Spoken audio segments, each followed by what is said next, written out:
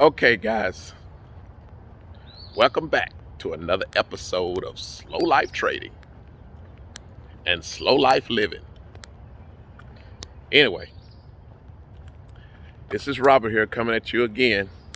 This time I'm in Duncanville, Texas, okay, at another sister's house. And out of all the neighborhoods I've been to, and I've been all over, I think this one here is my favorite neighborhood. I mean, I love this neighborhood. It's kind of south of Dallas, and I love the homes here.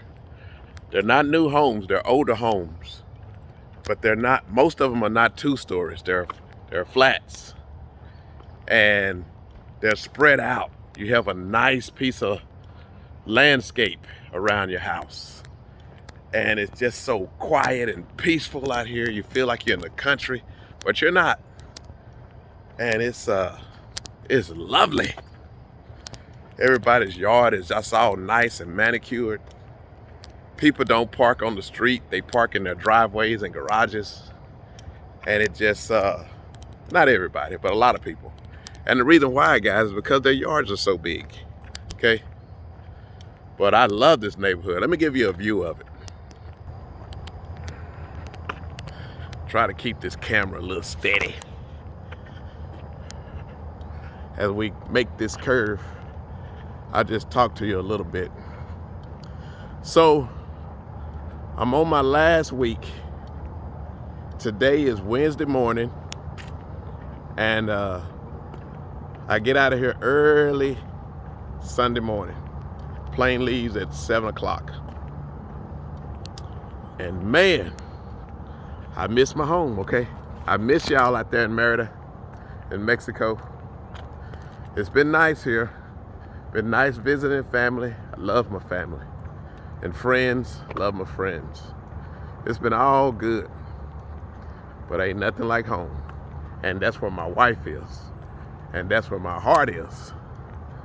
So, ready to get back home.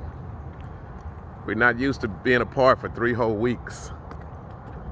So, anyway. But, it's nice here now. It's been fun here. But it sure is nice to be on vacation and you're ready to go back home because you're not going back to work. You know how, excuse me, you know how when you're on vacation you start getting to the end and you start hating it? Because you know that once you get on that plane and land, you got to go back to the real world. And the real world means you got to go back to grinding it. Getting up early in the morning, going to work, working all day, dealing with the knuckleheads, for most of us, that we have to work with. Makes it where you really don't want to go back to work, okay? Well, I am so glad that I don't have to deal with that, okay? Now I got to get back and get back on the plane and travel and go home and all that kind of stuff. But the one thing I do not have to do is I don't have to get back and start that grind again. And for that, I am very thankful. Very thankful. Because that was not always the case. And when you first start out on this journey, or at least when I first started out on this journey, and this is the one thing that I am hoping that I can keep you guys from doing. And if you listen to me and do what I tell you, you will not go through this long headache that I've been through. But the one thing that I stuck with when I was going through all this training is that I knew that if I could ever figure this out, no matter how much I had to suffer, no matter how much I lost, no matter how much I had to grind through it and study and sometimes cry, no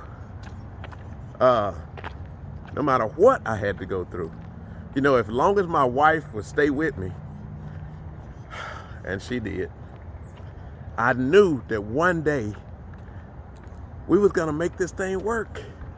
Cause all the books I listened to, all the CDs and tapes that all the books that I read and all the CDs and tapes that I listened to kept telling me, if you don't quit, if you don't quit, I'm sorry, if you don't quit, you can be successful. And I'm gonna tell you something, I put that through the test, okay? Cause there were many times when I wanted to quit. Hey, there were many times where I did quit, but I got back up. Sometimes it took 6 months, 90 days sometimes. But, it was times where I wanted to quit because I said, Robert, you're a fool for keep doing this. Why do you keep putting yourself through this pain? I'm like, man, you're an idiot. But one thing that my wife didn't tell me, and that is big. She didn't tell me to quit. She would look at me sometime and she would say, honey, honey, honey. I used to feel so bad, okay? But she didn't tell me to quit. So I would fall off the horse in the mud, wallow in the mud a little bit, you know, have some pain. Why did I have some pain? Kick myself, stomp myself, and then I'd get back on the horse. So that's what I tell people now. If you fail at something, that's okay. You make a mistake, that's okay. That's gonna happen, that's normal. We all go through that. What you have to do is, sometimes you gotta cry. Sometimes you have a pity party. Sometimes you gotta wallow in the misery. But when you get through wallowing in the misery, you gotta pick yourself back up and you gotta keep going, okay? Because if you don't quit, I'm telling you, day trading and investing is worth it. It's worth it. The lifestyle is worth it, okay? The younger you can start doing it, the sooner life can be super fantastic. Anyway, guys, I gotta show y'all this house. Again, I love this neighborhood, okay? I mean, I love this neighborhood. And, you know, it's really not that expensive over here either, compared to the north side of town. A house like this on the north side of town would probably be at least a third more than over here. So, anyway, guys, that's my message for today.